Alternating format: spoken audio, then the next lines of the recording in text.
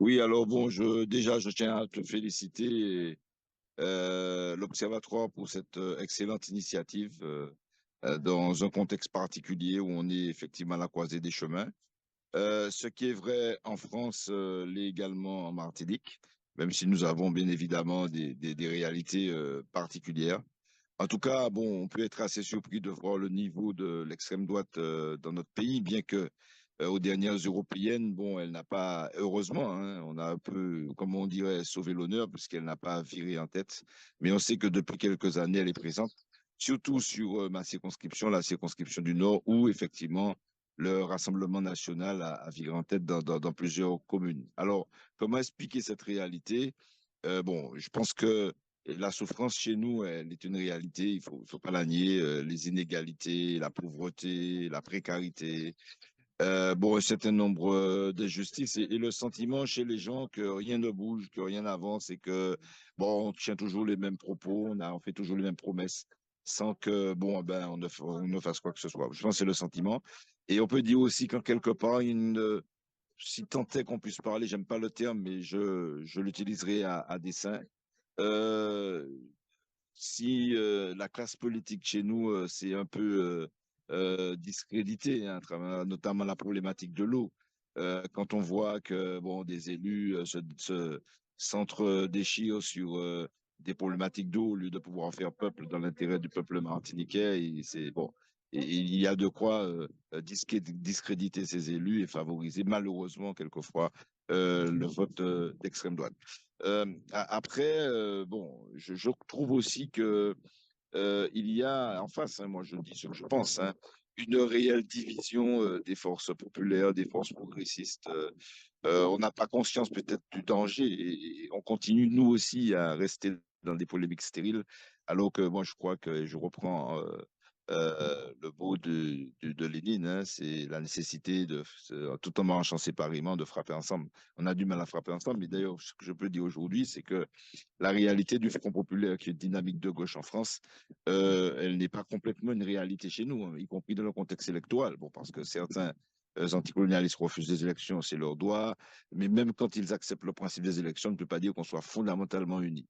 C'est pour ça que moi, je crois qu'à travers ces élections où j'ai une configuration particulière dans ma circonscription, parce que je suis tout seul. Bon, il y a un autre candidat, effectivement, de la gauche, on va dire, enfin, proche du PPM, mais qui n'est pas au PPM, qui est de l'Alliance.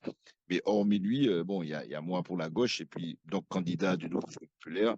Et en face, il y a deux candidats deux candidats macronistes, j'appelle ça les crypto-macronistes, parce qu'ils n'osent même pas dire tellement Macron est discrédité chez nous qu'ils sont des macronistes. Il y a un qui est macroniste plutôt de droite, et puis un autre qui est un macroniste qui se dit centriste. Mais enfin, ce sont des macronistes. Et puis il y a aussi un candidat du Rassemblement national, très connu dans le milieu agricole, qui est là. Donc, nous avons face à nous, enfin face à eux, nous sommes bon. Il y a la gauche, bon, et je pense qu'il faut que là aussi on travaille à la rassembler beaucoup plus.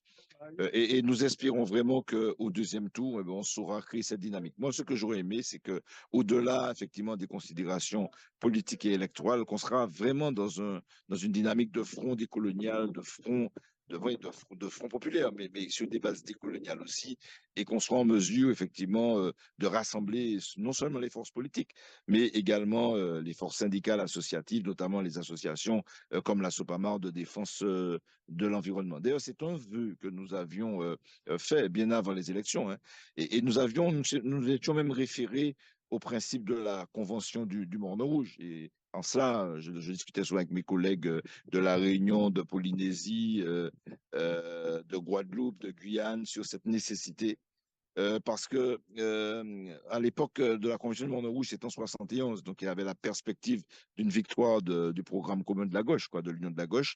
Et c'est vrai que les partis, bon, c'était surtout les partis autonomistes, mais bon, enfin, c'est la démarche qui me paraît intéressante. Ils avaient décidé effectivement de se rassembler, de se réunir pour faire des propositions à la gauche, parce que c'est pas les autres qui doivent rompre aussi cette réalité coloniale. On n'attend pas que les autres quel qu'il soit d'ailleurs, qui fasse des propositions pour nous. Nous sommes d'accord pour participer à une dynamique de gauche, mais il faut que nous-mêmes, nous ayons nos propres propositions. Et d'ailleurs, bon, comme bon, il fallait faire le front de gauche, je suis très heureux que ça se fasse. On a toujours plaidé pour l'unité de la gauche, donc c'est déjà très bien. Il y a une ébauche de programme avec quelques propositions pour les 10 Outre-mer. Bon, très bien, on fera avec. Mais je crois que une fois qu'on aura assuré c'est la victoire du nouveau Front populaire, je crois qu'il faut absolument qu'on se batte pour ça. Je plaide pour que nous ayons aussi une sorte de convention du Morne Rouge bis, de manière à ce que, eh ben ouais, on réfléchisse, on prenne le temps d'une réflexion pour faire des propositions concrètes au nouveau gouvernement issu du nouveau Front populaire.